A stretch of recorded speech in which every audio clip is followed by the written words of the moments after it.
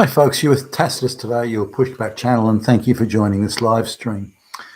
In this essay, I'd like to talk about social capital and social trust, and how in the West, at least, the globalists have frittered it away, what used to be a huge amount of social trust, not simply trust in government, but trust in our institutions, trust in our schools, trust in our political representatives, trust in what they were saying, trust and faith in our media, trust in each other, trust and social capital in the contract. When I did business with somebody, I believed that on the face of it, their intentions were good. They could prove otherwise, but I believed that really every business interaction I went into, that I went into a good faith, assuming that the other party did as well. And it was never perfect, and there were always rogues and ragamuffins and so on. But basically, 9 times out of 10, if not more than that, it worked and worked well. And this developed a lot of social trust in at all levels and across 3 dimensions. And this is part of the reason why the West and the Western nations are wealthy. If you look at any nation where social trust and social capital is low, then they're poor. They're poor countries. The only rich countries are the ones where the social capital is high. Now, you can argue chicken and egg a bit there, but if you look back, even going back hundreds of years, and say, before even the first colonists went to the Americas, in England, for example, there was, in spite of the class divides, in spite of feudalism, to a large extent still being around, in spite of all that, there was still a degree of social trust between the classes and the people, and intra-class and interclass and so on. So now it wasn't 100% trust, and people knew their place and these sorts of things. But if you look at the behaviour back in the day, there was still, even by today's standards, or standards of say 25 years ago, a lot of social trust. Now, my view is we're losing all that social trust. It's pretty much all gone. And probably the best example of that right now, and there are many of them, by the way, but the best example of that right now is Canada. Who would have dreamed? Who would even have dreamed? Like, if someone had said 10 years ago, the Prime Minister of Canada will declare martial law because he doesn't like truckers protesting against another bit of virtual martial law, and that people will be arbitrarily arrested, arbitrarily detained, and will be imprisoned without charge. Bank accounts will be frozen. Money will be stolen from private bank accounts over which the government, theoretically at least, has no control. Nobody would have believed you. In fact, they'd have said you were mad if you'd put that forward. And yet here we are today. Now, in a high trust society, the people wouldn't have needed to do a demonstration like that anyhow. But assuming it's happened, the political leaders would be bending over backwards to sit down and talk. Let's talk. Let's talk. Let's work it out. Let's sort it out. Let's have dialogue. Let's produce a compromise. Let's find a way through this. Let's talk. Let's sit down and let's talk. And if we have to, we are your representatives. We represent you, the people. We are elected by the people to represent the people. And we're going to sit down with you and we're going to talk about this. And we'll talk all day if we have to. But at the end of it, we're going to produce an outcome that meets maybe not all that everybody wants, but it's going to be a compromise that meets some of what you want. We get some of what we want, and so on. So that's what a high trust society does. And that's the way, certainly, that I'm used to seeing it in my observations, not simply in Canada, but across the Western world, the United States, Britain, Australia, and so on. That's how, in my cognizance and my observation, my experience, that's how it's worked.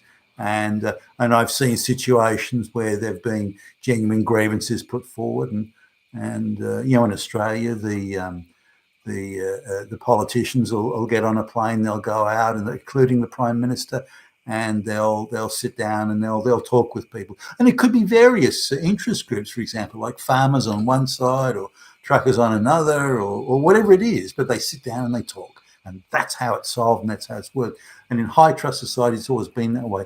And fucking look at Canada today. Gee whiz, who would have thought it? And no effort even to sit down.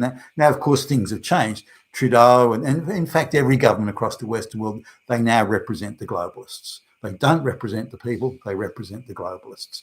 And the globalists say, well, shut those motherfuckers down. We're going to have those blue-collar, feral truckers telling us what to do. We're the fucking globalists. We run the banks. We run this world, not them. And you crush those motherfuckers. And you tell them to get fucked and get out of there because we're in charge.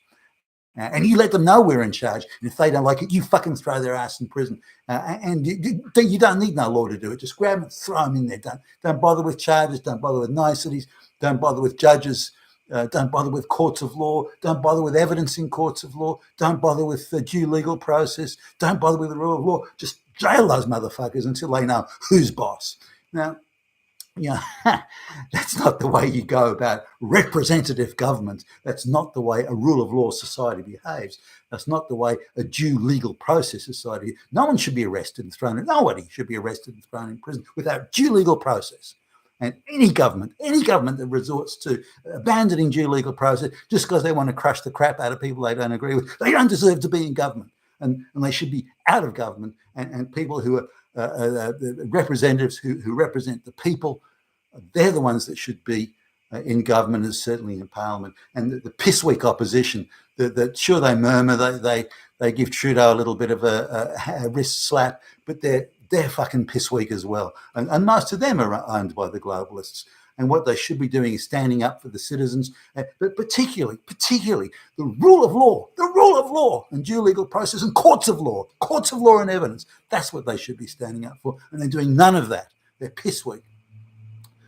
I just want to go now to a book that was written by Francis Fukuyama. It's called Trust. And the heading is The Social Virtues and the Creation of Prosperity. He draws the parallel between high social trust societies and wealthy societies. And he says that as long as, and I agree with this, by the way, and I think it's a statement of the obvious, that if social trust can be maintained at a higher level, then many more things are possible in society. With high levels of social trust, you're more likely to bring the people along with you. If you've got new ideas, new policies, or new technologies, or things like that, then you can bring the people with you. Now, Fukuyama wrote this quote, 25 years ago. Now, let me just have a look when it was first published. I'm just looking through it here. 27 years ago. Now, he's a brave man looking this far into the future as he was, but his view that society, and the West in particular, now it was freed from having to do battle with communism and the Cold War and all that sort of stuff, would start to become more efficient economically and would deliver higher standards of living to the people and would become more democratic and so on. In fact, that hasn't happened. Almost the reverse has happened. You could argue that the economics has become more efficient in the sense that the big firms have gone oligopolies and monopolies and cartels, so that it's their deployment of capital is more efficient because they don't have the costs of competing, they don't have the costs of paying proper rates of pay to their workers and these sorts of things. So you could argue that capital is now more efficient, but nothing else is.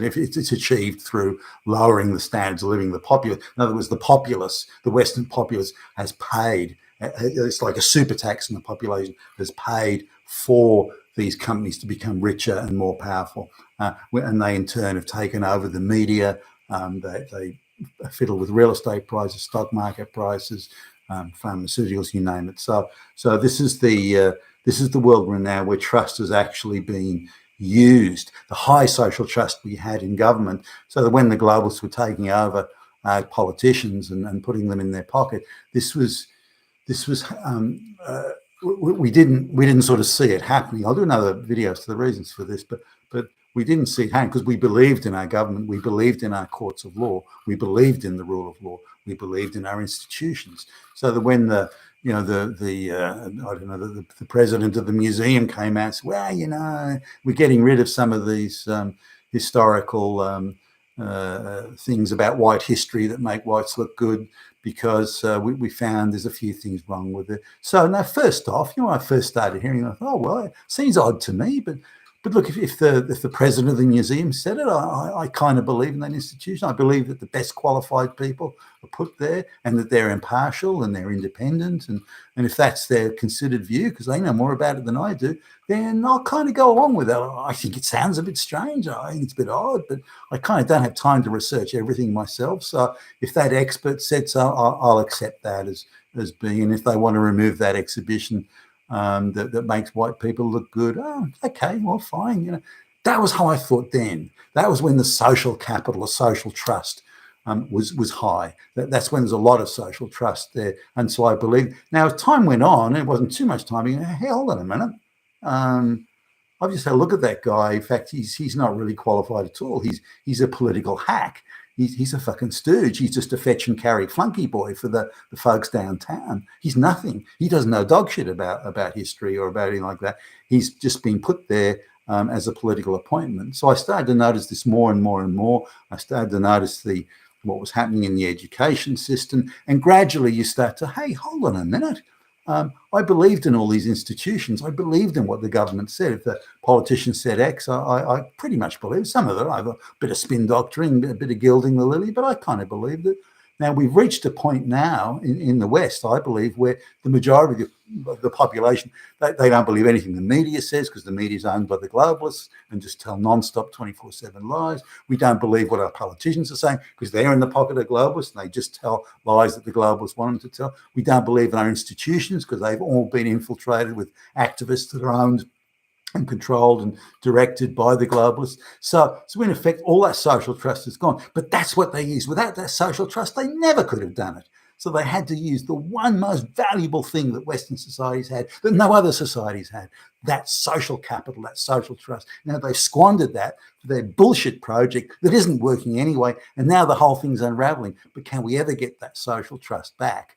And will the globalists ever accept that they fucked it up and they have to now sit down at the table and talk about it? And let's resolve it. Let's try and pick up the pieces, and all together we can work forward to a new solution, and we sit down and we talk. And if they're not prepared to do that, then I believe the West is just heading for what will be tantamount to civil war. And I guess in an ideological sense, we're already there now. You've been with Tacitus today. You're Pushback Channel, and thank you for listening.